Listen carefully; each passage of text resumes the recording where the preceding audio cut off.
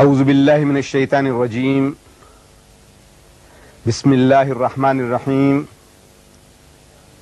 شهر رمضان الذي أنزل فيه القرآن هدى للناس وبينات من الهدى والفرقان صدق الله المولى العظيم.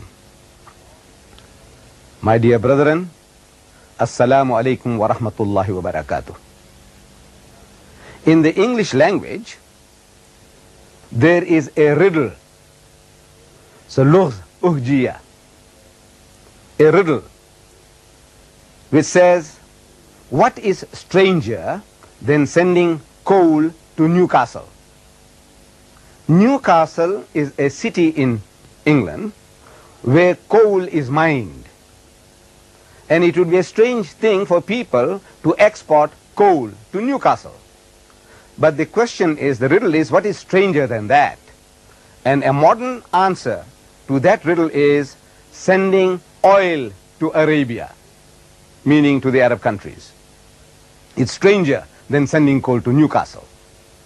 Now, I, as a Muslim from the southmost tip of Africa, nearest to the South Pole, I am coming here to Arab lands, to Muslims who were originally where Islam started from, and I am coming to tell them something about Ramadan. And in telling them so, I have quoted a verse from the Holy Quran, from Surah Al-Baqarah, that is chapter 2, verse 185. For the non-Muslims watching this program, how can they have access to such a verse?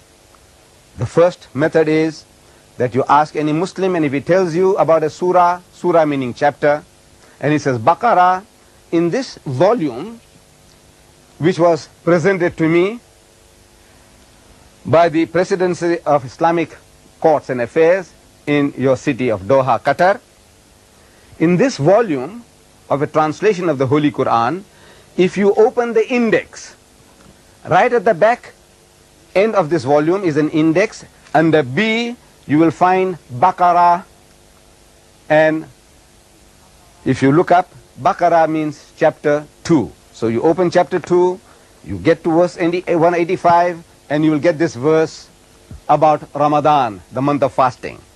It says, Shahru Ramadan alladhi unzila fihi al-Quran. Ramadan is the month in which the Quran was revealed. Hudal lin-nasi, in it is guidance for mankind, not only for the Arabs, not only for the Indonesians, not only for the Pakistanis, but for the whole of mankind. Hudal lin-nasi wa bayyinatin min al-huda wal furqan. And it is a fuller explanation of the revelation of God, and a guidance, and as a discrimination, as a standard of judging right from wrong. This is the Quran, the final revelation of God Almighty to mankind. So Ramadan is the month in which the Quran was revealed.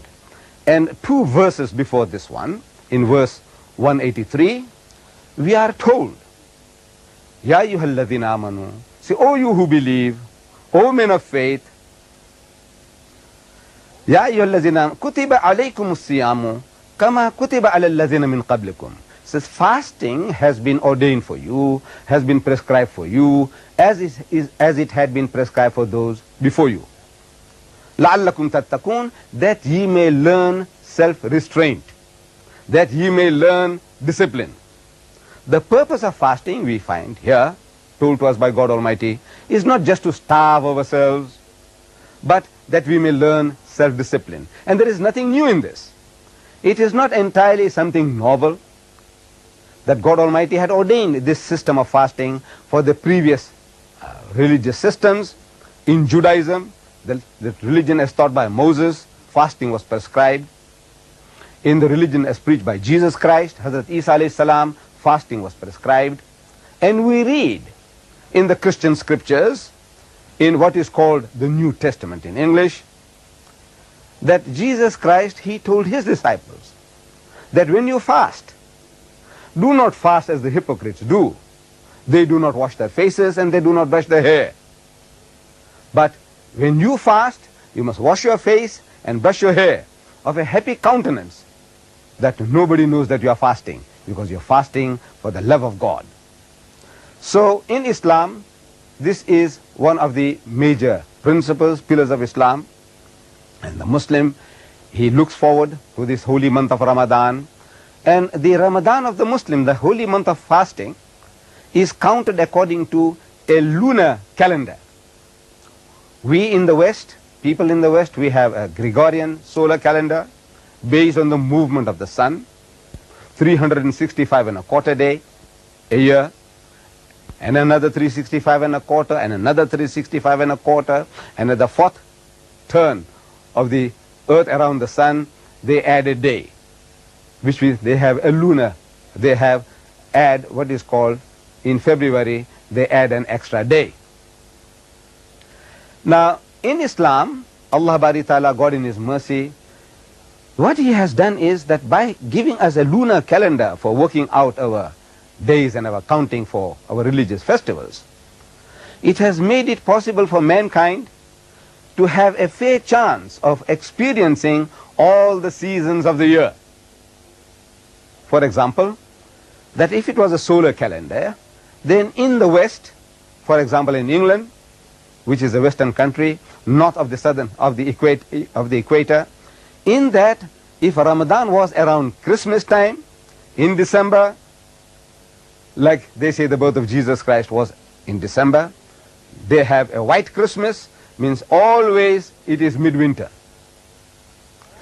In our case, if Ramadan was to come, instead of December, we say Ramadan, then every year, year in and year out, it would have been a midwinter for fasting, and people in the south of the equator, it would have been in midsummer, like in my country, South Africa, we would be having midsummer throughout our experience, and the Western man would be having midwinter throughout his experience, and fasting in winter and fasting in summer are not equal.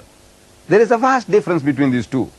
Fasting in summer is no doubt more strenuous, it is more tiring, more trying than fasting in winter. Then in winter, in the West, they have very, very long days and very, very short nights. Then we have very, very long days and very short days in winter and very, very long nights. So in other words, it would be very unfair, very unjust to work on a system of that nature. Allah subhanahu wa ta'ala, God Almighty, in His wisdom, in His mercy, He has given us this lunar calendar for working out this holy month of Ramadan.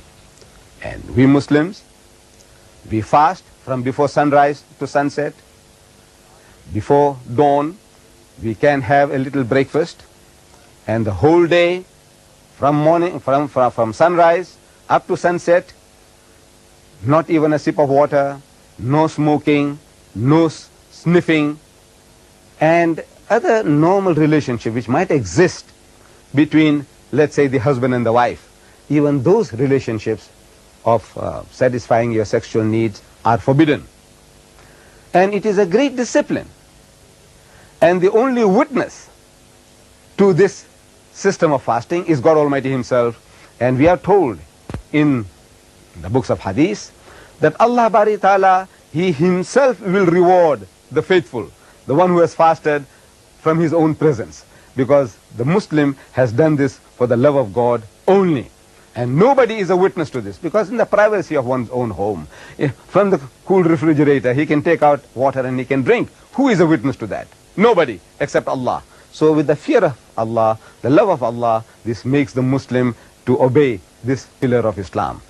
Wa akhir dawana alhamdulillahi rabbil alameen.